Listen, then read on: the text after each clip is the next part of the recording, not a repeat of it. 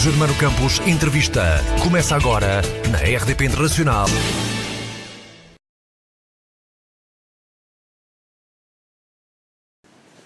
Bem-vindos a mais uma emissão do Germano Campos Entrevista, aqui na RDP Internacional. Todos os portugueses, creio, dão por adquirido que Álvaro Cunhal foi o líder histórico do PCP muitos anos, sem contestação nem opositores. Mas a história é muito mais complexa e secreta do que parece à primeira vista e, por isso, o jornalista e historiador Adelino Cunha acaba de escrever um livro sobre Júlio de Melo Fogaça, alguém que ousou enfrentar Cunhal e que o Partido Comunista Português acabou por apagar da sua história. Muito bem-vindo, Adelino, de novo à RDP Internacional. Este nome, Júlio Fogaça, pode-nos parecer vagamente familiar, mas quem é, ou melhor, quem foi ele afinal? Bom dia, Germano Campos, e em primeiro lugar, muito obrigado pelo convite. Muito obrigado pela tua presença. É sempre um gosto regressar aqui à tua casa. Tu há pouco, quando fizeste a introdução à pergunta, falaste sobre a história que é um bocadinho complexa, tanto do Partido Comunista Português como depois das suas as principais figuras. E, de facto, este livro partiu um pouco dessa curiosidade. Perceber como é que uma figura com a importância do Júlio Fogaça, que foi muito importante em vários momentos da história do Partido Comunista Português, como é que ele esteve durante tantos anos submerso na história coletiva do Partido Comunista Português e muito, como tu disseste na tua pergunta, na sombra daquilo que era a figura do Álvaro Cunhal. Portanto, o ponto de partida deste livro foi tentar descobrir uma personagem e tentar depois recolocá-la no seu espaço contemporâneo, que foi neste caso do Júlio Fogaça, entre os anos 30 e depois até a sua morte, já depois do 25 de Abril. E a que conclusão é que chegaste? Eu tento fazer este livro como os outros, mas este foi mais claro ainda, de forma completamente honesta e transparente. Ou seja, aquilo que as fontes históricas não deixam ainda hoje que seja dito, eu não queria dizer por as fontes. E, portanto, o livro parte de uma série de interrogações. Várias delas, aquela que eu acho que é mais premente e que eu próprio ainda hoje, sendo um certo impulso em ensaiar uma explicação, mas as fontes não deixam que eu faça, tem a ver com as circunstâncias em que a PIDE foi capaz, primeiro, de detectar o Júlio Fogaça, num domingo, na Nazaré, e foram uma brigada de 5 PIDEs que foram ter com isto no início dos anos 60. Exatamente, em 61 neste caso. Portanto, o Cunhal foi ministro em janeiro de 60, e nesse verão ainda, em agosto, o Júlio Fogaça foi preso na Nazaré. E, de facto, ainda hoje fico muito curioso saber quem terá sido a pessoa que terá dado nota à PIDE de que o Júlio Fogaça estava naquelas circunstâncias na Nazaré e, ao mesmo tempo que estava lá essa brigada da PIDE, uma segunda revestava em Lisboa, na da Maia, o quarto do companheiro do Júlio Fogaça, o Mário Gonçalves. Portanto, eu acho que dificilmente a PIDE teria condições para saber que o Fogaça estava naquele sítio sem que houvesse uma informação que entregasse literalmente o Júlio Fogaça à PIDE. Portanto, temos aqui dois cenários. Primeiro, e já vamos tentar perceber como é que Álvaro Cunhal e Júlio Fogaça se conheceram. Depois, há a componente privada, ou seja, o comportamento homossexual de Júlio Fogaça, que, obviamente, hoje ainda é completamente, não é proibido, mas polémico qualquer político assumir-se como tal. Nessa altura, então, há 60 anos, pior ainda. Ou mais. Exatamente. Aliás, o Estado Novo, numa certa altura, queria até uma alteração legislativa no sentido de criminalizar fortemente aquilo que hoje se diz, que é a identidade sexual das pessoas. Ou seja, o próprio Júlio Fogaça foi penalizado duplamente. Foi penalizado por, na sociedade contemporânea, a homossexualidade ser altamente condenada e criticada e criticável, e, por outro lado, o próprio Estado Novo criminalizou essas circunstâncias.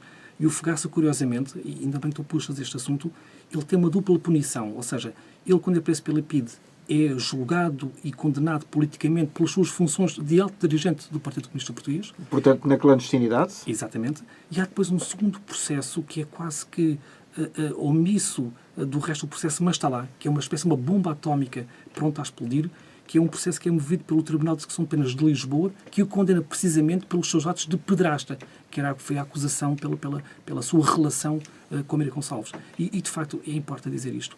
Durante demasiado tempo, os historiadores, nós, os jornalistas, até alguns círculos políticos, deixaram que fosse dito que o Júlio Fogaça foi apanhado quando saía de uma pensão na Nazaré com um militar. Eu acho que a partir deste livro, com toda a humildade, acho que isso deixa de poder ser dito nesse sentido. Mas estava a ser romanceada a história? Estava a ser criado um estigma de propósito da relação de Júlio Fogaça, porque a relação dele com o Mário Gonçalves era uma relação de 3 anos. Eles, aliás, a correspondência que o livro divulga traz já várias dessas cartas onde eles assumem a sua relação, comemoravam o aniversário da sua relação, era frequente passarem fins de semana sozinhos, era uma relação amorosa. Portanto, esta questão da identidade sexual do Júlio Fogaça foi penalizada nesse duplo sentido, ou seja, ele, além de ter pago o preço de ter sido uma relação calada com Maria Gonçalves, foi depois preso e condenado no âmbito do processo de Lisboa pela sua homossexualidade também, e ainda um acréscimo que foi a forma como a história contemporânea o tratou retroativamente. Como é que Cunhal e o Júlio Fogaça se conheceram? Em que circunstâncias? Eles conheceram-se em circunstâncias que eu presumo que tinham sido particularmente estimulantes para ambos. Na década de 30, entrou para o Partido Comunista Português, é o tempo do Bento Gonçalves, do grande mestre, ao operário de toda aquela geração de jovens comunistas que vêm à procura das suas credenciais revolucionárias. Tanto Fogaça como Álvaro Cunhal são ambos intelectuais. Nenhum deles é operário, nenhum deles vem de classes socialmente baixas. Exatamente. São ambos burgueses, pequeno burgueses. Aliás, ele era fidalgo. Exatamente, aliás, o Cadaval ainda hoje se lembra a figura do Fogaça, da irmã do Fogaça, dos pais, dos tios. Era uma família com grandes posses, aqui num lugar que chama-se Algubra, no Cadaval. Tinha uma quinta bastante grande, que aliás alimentava parte daquela população, dando trabalho e às vezes também fazendo alguma solidariedade social. E, portanto, eles cruzam-se e ambos vão para o Partido Comunista Português à procura de serem adotados como filhos do proletariado. E ambos fazem um percurso muito idêntico. Portanto, entra no Partido Comunista Português, com o Bento Gonçalves, e rapidamente se destacam pela produção intelectual. Tanto Álvaro Cunhal como Fogaça são pessoas que escrevem muito, que leem muito, e que a partir de uma certa altura começam a produzir muito material político de caráter ideológico dentro do Partido Comunista Português. Mas o Álvaro Cunhal, achas que sentiu ali alguma sombra, alguma ameaça em termos de liderança? Eu creio que em termos de exercício do poder, há aqui uma primeira fase em que, de facto, o Júlio Fogaça tem um claro ascendente sobre Álvaro Cunhal. Aliás, poderia ter sido ele o secretário-geral do PCP depois do 25 de Abril? Essa pergunta é muito pertinente. Primeiro, se ele poderia ter sido o secretário-geral do PCP depois do 25 de Abril, e a segunda pergunta seria, e o que é que seria o Partido Comunista Português se fosse ele o secretário-geral do partido? Em primeiro lugar, eu creio que seria um Partido Comunista totalmente diferente daquilo que chegou, pelo menos até o 25 de Abril. Por outro lado, eu sei que os historiadores têm aqui um grande feito, que é serem uma espécie de videntes do passado, ou seja, somos muito bons a prever o passado, a prever aquilo que já aconteceu. Hoje é fácil dizer que o Álvaro Cunhal tinha razão. Mas o que estava aqui em causa eram duas concepções totalmente diferentes sobre o PCP e sobre a forma como o PCP haveria de derrubar o Estado Novo. O Júlio Fogaça, no pós-guerra e depois na segunda vez com mais determinação, impõe uma viragem histórica, neste sentido, em que o PCP passa a integrar a dinâmica de combate ao Estado Novo, não de forma violenta, mas acreditando que haveria uma dissolução do próprio Estado Novo e que haveria uma transição pacífica rumo a uma nova configuração do Estado e dos partidos. Algo que nunca aconteceu. Algo que nunca aconteceu e que o Álvaro Cunhal jamais permitiria que acontecesse. O Álvaro Cunhal foi absolutamente coerente durante toda a sua vida neste aspecto, dizendo que a única forma que haveria de derrubar o Estado Novo era através de uma insurreição popular armada. A história acabou por lhe dar razão num certo sentido, mas é curioso porque o aparelho do Partido Comunista Português, os clandestinos, aqueles revolucionários que estavam escondidos e a fazer o seu trabalho político na sombra, esses nunca aderiram à ideia, sequer à possibilidade de que o regime pudesse cair por si próprio. Eu diria que este trabalho intelectual do Fogaça, de facto, provocou uma viragem nas orientações do partido político, que criou algumas raízes, ainda que tenues, junto daqueles dirigentes, mas o Partido Comunista Português profundo, esse manteve sempre a ideia da revolução, da insurreição popular armada. Mas, Adelino, sendo Júlio Fogaça oriundo de famílias burguesas bastante abastadas, portanto, onde não lhe faltava nada, era quase que natural que ele pensasse, bom, a política é algo que não me diz respeito, e eu até sou da direita, não sou de esquerda. O que é que o atraía no socialismo ou no comunismo? Eu tenho que fazer aqui uma confissão, como historiador, tem a ver com isto. As pessoas têm, creio eu, uma ideia de que uma biografia é quase como uma história de vida, ou seja, nós consultamos as fontes, interpretamos as fontes e recontamos aquela história do biografado como se fosse uma sequência cronológica coerente e ordenada. As biografias não são nada disso. As biografias o que fazem são exercícios com uma metodologia histórica que é rigorosa, mas que partem muito da interpretação das fontes. E quando se interpretam as fontes, nós temos muitos espaços vazios. O livro assume esses espaços vazios, tenta preencher outros espaços vazios, ainda que referindo sempre as fontes que estão na base dessa interpretação. Isto para dizer o quê? Para dizer que, em relação à conversão do Júlio Fogaça de burguês em membro do proletariado, no filho adotivo do proletariado, as fontes não deixam de dizer mais do que isto. há uma carta do Fogaça para a mãe, mas já dos anos 50, onde ele dá conta, retroativamente, da sua conversão ao comunismo através do contacto com as pessoas que trabalhavam na quinta dele. Ou seja, que esse primeiro contacto dele, ele tinha uma vida, como tu disseste muitíssimo bem, bastante cómoda. Era uma família fidalga, que tinha um piano em casa, que era uma coisa que não era vulgar. Ele hoje não é ainda, na altura seria menos ainda. Educados em casa, ambos com formação. A quinta deles, do Quinta do Porto Nogueira, produzia, de facto, bastantes produtos e alimentava toda a região, dava emprego a muitas pessoas.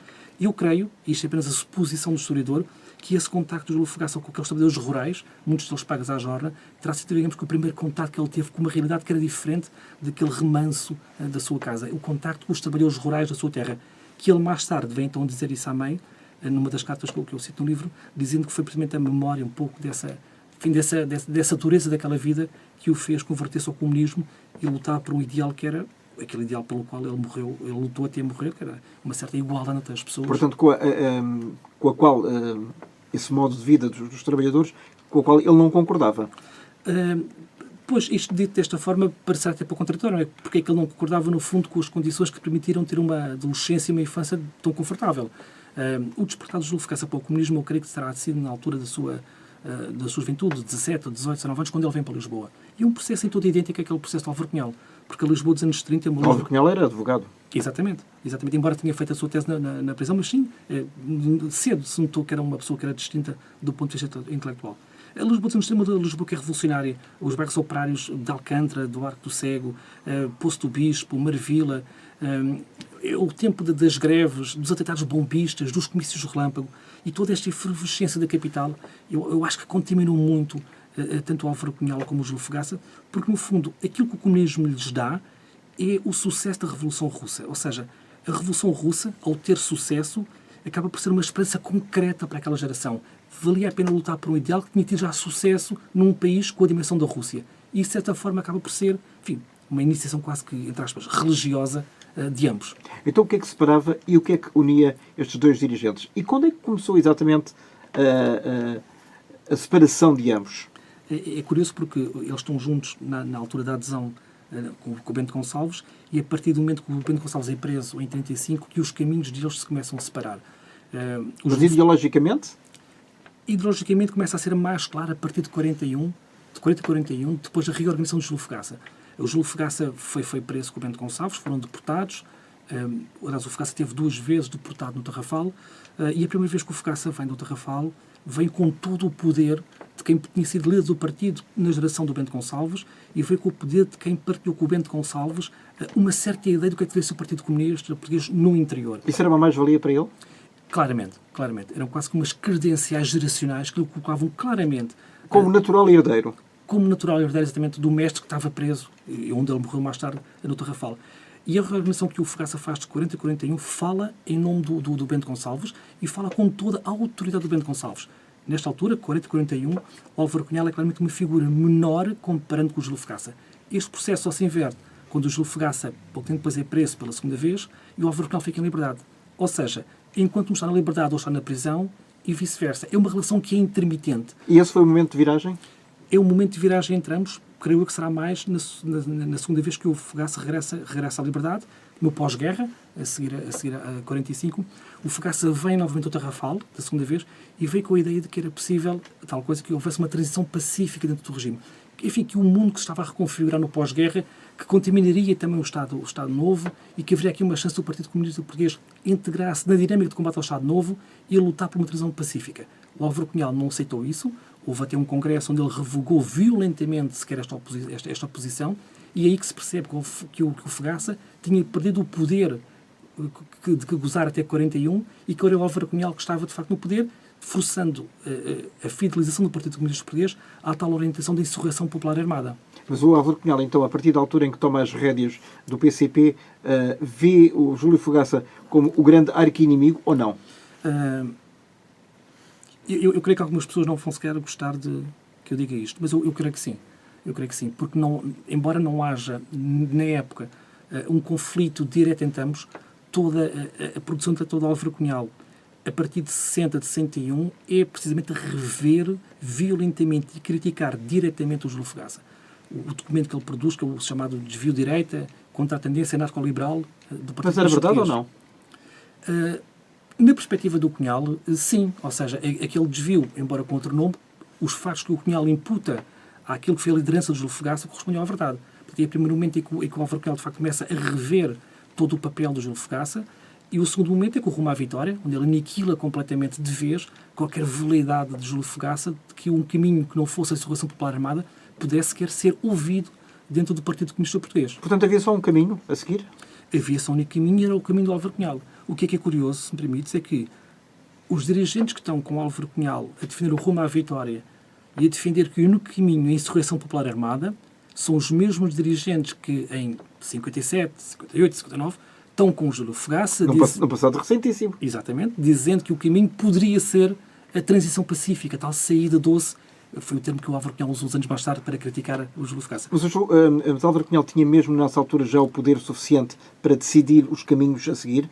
Tinha. O poder de Álvaro Cunhal no Partido Comunista Português fica bastante 40, 41, quando ele assume uma função importantíssima. Ou seja, não há Bento Gonçalves já, que tinha entretanto morrido, o Júlio Fogaça está preso, há ali uma certa decapitação da liderança e o Álvaro Cunhal ali emerge naturalmente como um líder incontestado. Aliás, deixa-me só fazer aqui um parênteses. É verdade ou não que foi o Júlio Fogaça que recrutou o Álvaro Cunhal para as fileiras do PCP?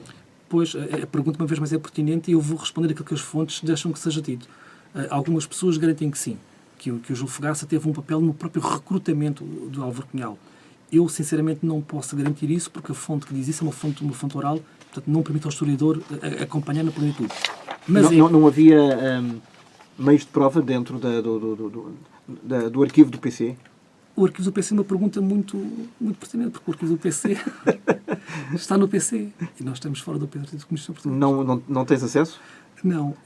Pediste? Sim. A resposta foi? Há uma resposta que é típica do Partido Comunista Português, com alguma graça, em que se diz que o Partido Comunista Português não é uma academia de história, é um partido político, portanto, dessa forma simpática e até com alguma ironia. Isso faz lembrar o que acontece em Vegas, fica em Vegas, não é? Exatamente. O que se passa no Partido Comunista Português fica dentro do Partido Comunista Português. Neste caso, eu consegui um depoimento que eu considero de uma relevância histórica significativa, que foi a entrevista com o Domingos Abrantes. Enfim, não tendo consultado os documentos do Partido Comunista Português, o Domingos Abrantes, que é uma pessoa com um estatuto muito próprio, não só dentro do Partido Comunista Português, mas também dentro do atual contexto histórico-político em Portugal. É uma pessoa que exerce altas funções no Partido Comunista Português e no Departamento de Estado. O Domingos Abrantes falou sem nenhuma reserva mental sobre todas as perguntas que eu lhe fiz a ele e que eu também queria fazer às fontes. A diferença é que ele respondeu às minhas perguntas, não me deixou que eu fizesse as mesmas perguntas aos documentos. E às vezes os documentos dizem coisas diferentes daquelas que as pessoas dizem. Quanto mais não seja, até porque às vezes a própria memória romanceia o passado. Exatamente, há sempre esse problema, que é uma questão muito interessante também, que é a forma como as pessoas constroem a sua memória. Ou seja, aquilo que as pessoas contam agora em 2017, 2016, sobre fatos que ocorreram há 20, 30, 40 anos, não correspondem à realidade. Ou seja, as pessoas não recordam aquilo que aconteceu. Mas aquilo que elas acham que aconteceu. Exatamente. É uma memória que é construída pela própria pessoa e é também construída no espaço social. Ou seja, sempre que as pessoas partilham as memórias desses factos com outras pessoas, elas reconstroem e fixam um novo tipo de conhecimento sobre aquele caso concreto. Mas isso é um terrível problema para o historiador. Até que ponto é que as pessoas estão convictamente a dizer a verdade ou a meia-verdade? Daí a própria introdução do livro falar sobre uma biografia inconveniente. Inconveniente sobretudo para o PCP. Para o PCP e também para o historiador.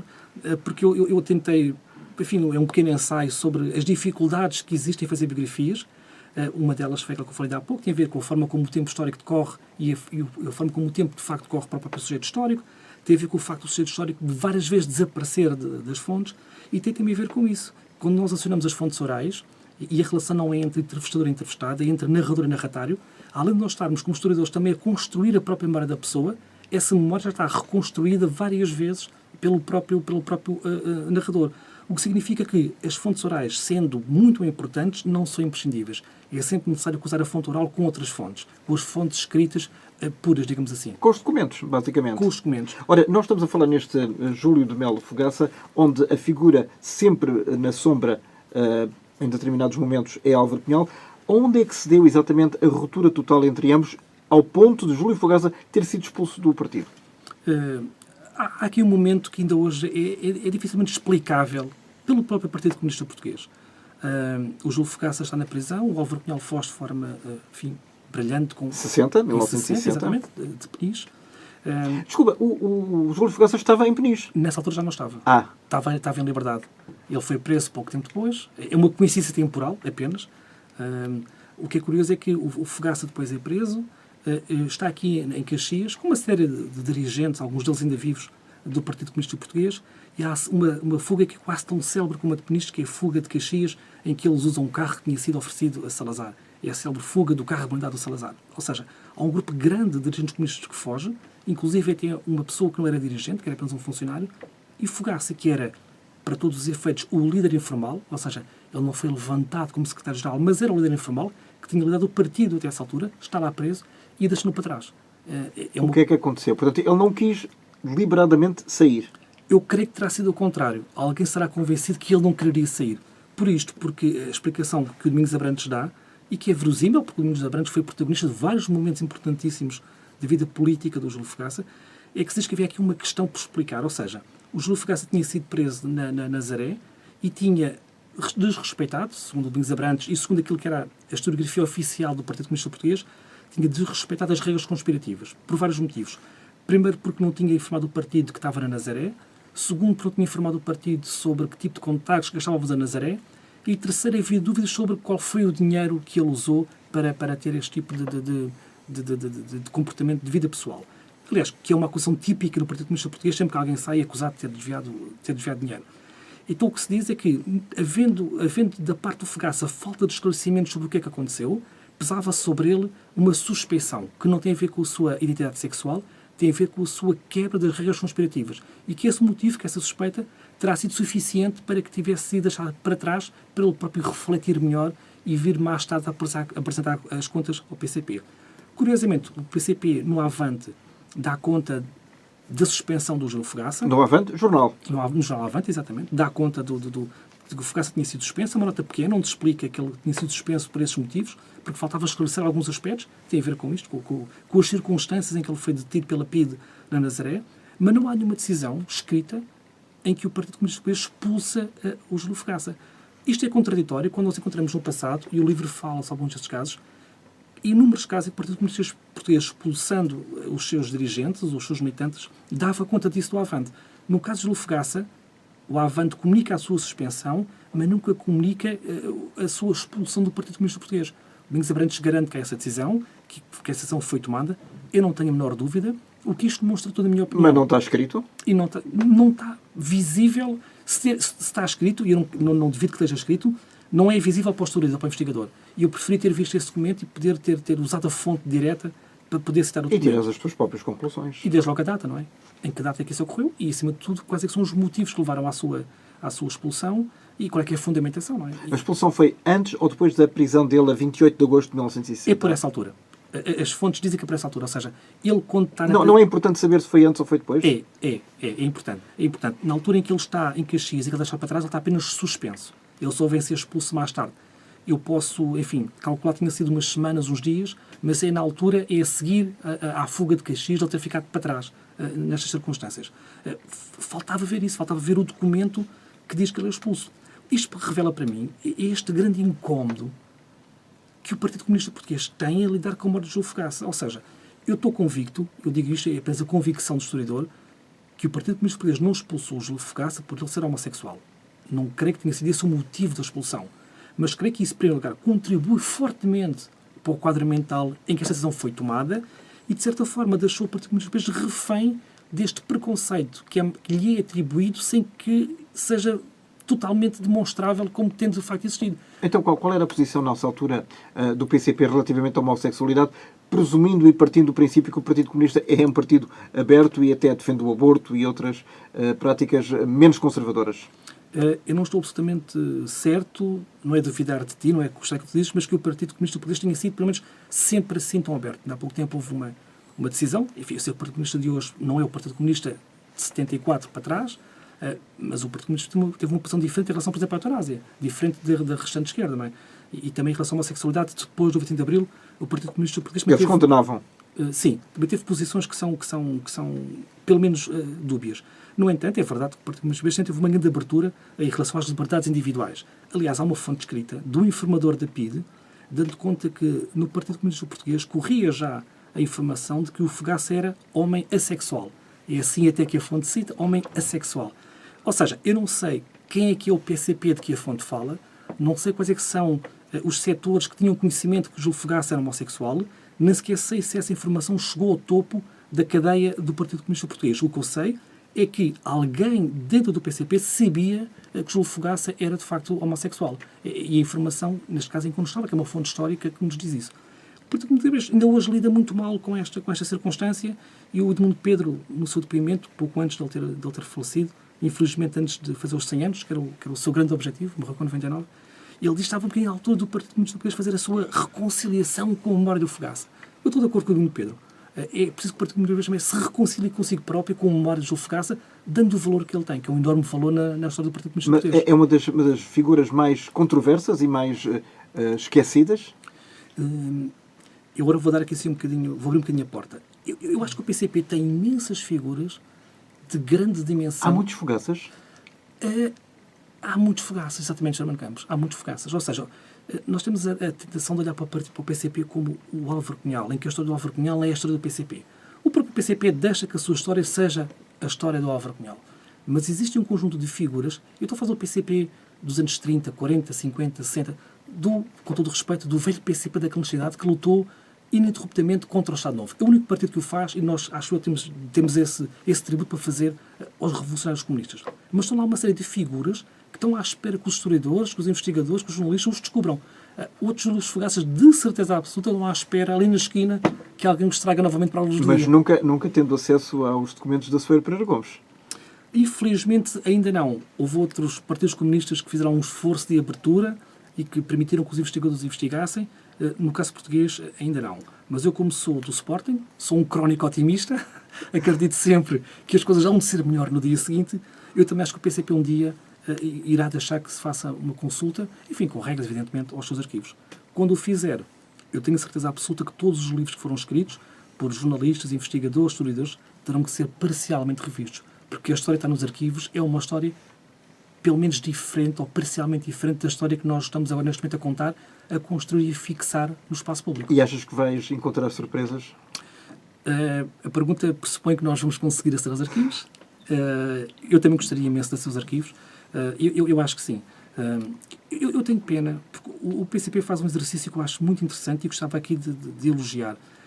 As edições Avante, que têm um papel muito importante, sempre tiveram, e continuam a ter agora, regularmente editam pequenos livros de memórias de revolucionários em que eles falam sobre as suas experiências. A maior parte deles diz respeito à clandestinidade. Como testemunho, são de imenso valor. São todos eles pequenos livros com visões parcelares dos acontecimentos. Não há ninguém que tenha ensaiado um exercício que vai além da sua própria experiência. Esses momentos não são fáceis de encontrar no Partido Comunista Português. E acho que o PCP deveria ele próprio fazer a sua história. Porque uma coisa é certa, se o PCP não fizer a sua história, alguém há de fazer. E o PCP, evidentemente, não será rever na sua totalidade, porque é diferente da história que fazem sobre nós daquela que nós temos. Portanto, eu deixei também aqui este apelo, que era para que fosse possível, enfim, com uma certa moderação, para que não seja uma coisa que violente até aquilo que são os princípios do PCP, mas que houvesse aqui um exercício de uma certa abertura para que se pudesse uma certa liberdade de que o PCP tanto pugna. O Álvaro Cunhal, expulso, preso, o Júlio Fogaça, qual foi o papel dele no apagamento da história do Partido Comunista? Eu não tenho nenhuma fonte, nenhum documento que eu tenha visto, nenhuma pessoa que eu tenha falado, que me tenha dito que o Álvaro Cunhal teve um papel direto e ativo neste processo de apagamento. Antigamente apagavam-se as fotografias do tempo do Stalin, não é? Neste caso, a memória, como é que se apaga a memória? Exatamente. A pergunta é, uma vez mais, peço para estar-me a repetir, mas de facto a conversa torna-se estimulante porque quando as perguntas começam a estimular. Muito obrigado. E estou a dizer isto com toda a sinceridade. Ele é apagado da forma mais cruel possível com que se pode ser apagado. Ele é lentamente esquecido. O Avante, quando ele é preso, faz sucessivos apelos à sua libertação, diz que ele está em risco de vida, apela várias vezes, há uma amnistia. Depois ele começa a ser lentamente dissolvido em todos os presos políticos do Partido Comunista estão presos, depois aparece nas amnistias e nós percebemos que ele vai desaparecendo lentamente das páginas do Avante. Ao mesmo tempo que ele desaparece das páginas do Avante, desaparece dos documentos oficiais que foram transcritos sobre aquele período da época e depois desaparece também dos próprios livros, que são poucos, de história do Partido Comunista Português. Portanto, ele é apagado de uma forma um bocadinho, eu diria, do ponto de vista humano, um bocadinho cruel, que é, ele vai sendo esquecido, cada vez mais esquecido, e acaba com todo este Por peso aqueles que sobre foram os seus pares. os seus companheiros de luta. Eu tenho que dizer isto aqui. O Júlio Fogaça, quando ocorre o 25 de Abril, ele vem à sede do PCP, oferece para ser reintegrado, oferece para prestar o serviço que o partido achasse que ele poderia prestar. É o Carlos Brito, aliás, quem dá conta dessa situação. E o Partido Comunista Português ignora-o. Portanto, mantém-no, não sempre teve, na periferia, na margem de esquecimento.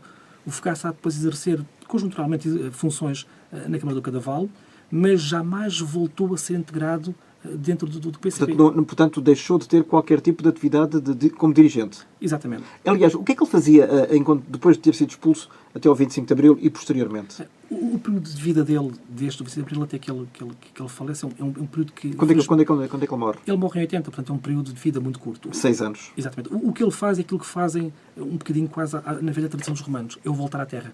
Ele volta para a Queda do Porto Nogueira, volta para as suas gentes, e é preciso que as gentes do Algobre do Cadaval fizeram 2 abaixo-assinados com centenas de assinaturas, portanto, assumindo o filho da sua terra. Portanto, não era o comunista que estava preso, era o filho da terra. E o Fogaça regressa novamente à Queda do Porto Nogueira, que já não existia. Não existia a mãe, não existia o pai, não existia a irmã. Os empregados tinham envelhecido ou tinham já desaparecido. Grande parte das colheitas tinham deixado de ser feitas. As propriedades existiam? Existiam. Não tinham sido nacionalizadas, nem nada? Não, existiam, estavam preservadas. Aliás, esse processo... Portanto, desculpa, ele era um comunista latifundiário? A pergunta é provocatória, mas eu não sei responder. Sei que ele manteve sempre o património da família consigo e era, agora vou ser um bocadinho mais assertivo, ele era uma pessoa com bastantes posses. Posso dizer isto com um certo elogio, era um abastado fidalgo rural. A Quinta começa a perder a sua produção, começa a perder importância, evidentemente começa a desaparecer aquela atividade toda que a Quinta tinha, e o Fogaça há de vender a Quinta, já na fase final da sua vida, à Academia de Ciências de Lisboa. Portanto, um dos filhos do casal que comprou a Quinta, o João Fogaça, depois até conta a história no livro de como é que isto se processou tudo. Deixou também todos os seus livros, ou uma grande parte dos seus livros, depositados ou na Academia de Ciências ou na Faculdade de Lisboa. A sua correspondência, as suas cartas também estão à guarda da Academia. E ele veio aqui à Academia de Ciências de Lisboa que promovesse um prémio de História para distinguir um jovem historiador que apresentasse um trabalho de História Contemporânea. Isto também demonstra que o Júlio Fogaça tentou, na fase final da sua vida, reconciliar-se consigo próprio e com aquilo que era o seu legado para a sociedade. Esta sua preocupação com a história, no sentido de interpretarmos o passado para perceber quem é que nós somos, eu acho que isto esteve sempre presente na cabeça dele, até à sua morte. A morte que foi encarada pelo PCP de que forma? Foi ignorada, não só pelo PCP, eu aqui não queria que isto fosse... Ele era um proscrito? Se eu responder a isso, vou responder que era um proscrito não só para o Partido Comunista Português, como para os historiadores contemporâneos, como para os atuais, como para toda a gente. Porque, na verdade, é como se não tivesse tido importância nenhuma. Ele foi esquecido por todos nós. Quer dizer, no fundo, estás a resgatar uma memória de uma época e de alguém que merece realmente ser destacado pelo papel que teve.